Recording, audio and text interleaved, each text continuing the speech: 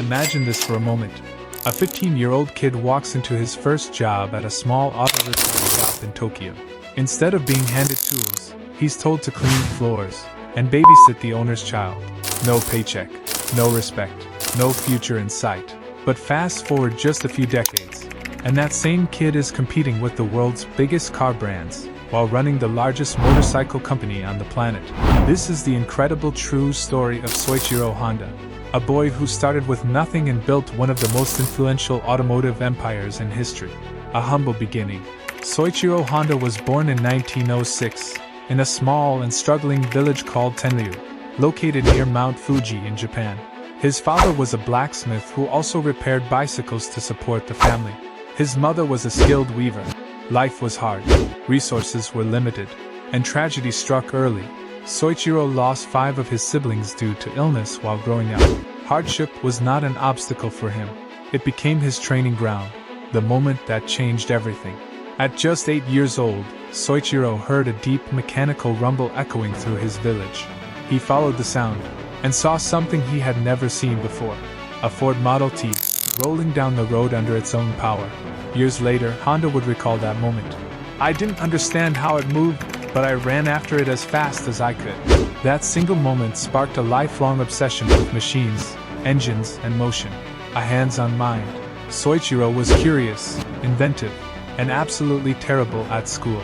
He preferred tools over textbooks, engines over exams. His grades were so poor that he once used a piece of rubber to forge his family's stamp on his report card so his father wouldn't see it. Eventually, he was caught. The punishment was harsh, but the lesson was clear. Soichiro wasn't meant to follow traditional paths. He was meant to build new ones. Tokyo at 15. In 1922, Soichiro spotted a magazine advertisement from a Tokyo-based auto service company called Art Shokai. He wrote them a letter asking for work. To his surprise, they said yes. At 15 years old, he dropped out of school, left home, and moved to Tokyo to chase his dream. But reality hit hard. Instead of repairing cars, he was assigned to clean the shop and babysit the owner's child, without pay. The only reason he stayed was simple. Returning home as a failure wasn't an option. Earning his place.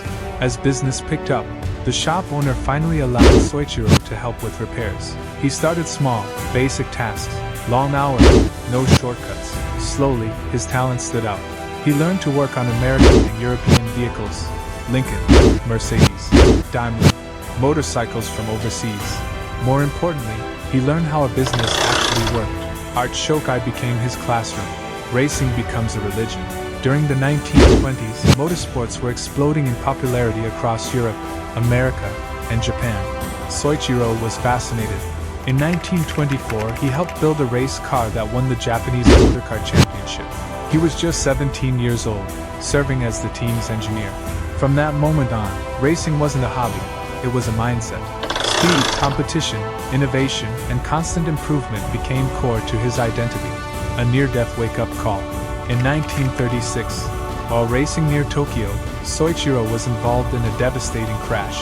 He suffered a broken arm, a dislocated shoulder, severe facial injuries. Doctors weren't sure he would survive. He returned to racing just months later, but his family strongly opposed it. After intense arguments, Soichiro finally stepped away from the track. That decision changed everything. The piston dream. Soichiro shifted his focus to manufacturing and founded a company to produce piston rings. Early results were disappointing. Toyota tested his parts. Out of 50 samples, only 3 passed inspection. For many, that would have been the end. For Honda, it was just feedback. He spent years studying metallurgy, visiting factories, and learning from engineers across Japan. Eventually, his pistons met and exceeded industry standards. Orders poured in. The company grew to nearly 2,000 employees. War and total loss. Then came World War II. Honda's factories were placed under government control. Bombings destroyed facilities. An earthquake collapsed another plant. By 1945, everything was gone. Soichiro sold what remained of his company and walked away with almost nothing. A bicycle saves a nation. Post-war Japan faced fuel shortages and economic collapse. One day, Honda found a small military generator engine and had an idea. What if this powered a bicycle? In 1946, He founded the Honda Technical Research Institute and began producing motorized bicycles. They were cheap, reliable, and exactly what people needed.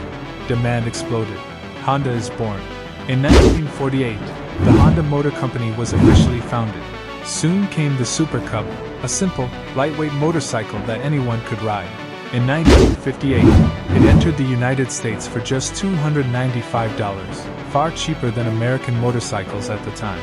Honda quickly outsold both Harley-Davidson and Triumph. America had noticed, racing to the top.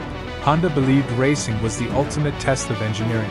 After early failures, Honda motorcycles won the Isle of Man TT in 1959, the most prestigious motorcycle race in the world. By the 1960s, Honda became the largest motorcycle manufacturer on Earth. The car gamble. Despite warnings, Honda entered the car market. In 1962, the company released the Honda Civic, a fuel-efficient, reliable car that arrived just in time for the oil crisis. For American consumers, it was affordable, practical, and dependable. Then came the Honda Accord, which became one of the best-selling sedans in U.S. history. By the 1980s, Honda was among the world's top car manufacturers. Trophy legacy. Soichiro Honda retired in 1973 and passed away in 1991. He once said, "I made countless mistakes, but I never made the same mistake twice." Today, Honda builds cars, motorcycles, jet aircraft, robots, power equipment, all because one boy refused to give up. If you enjoyed this story, like the video, subscribe to Speed Digest, and stay tuned for more incredible stories of speed, innovation, and ambition. Thanks for watching. I'll see you in the next one. Rocket Speed Digest, where stories move fast.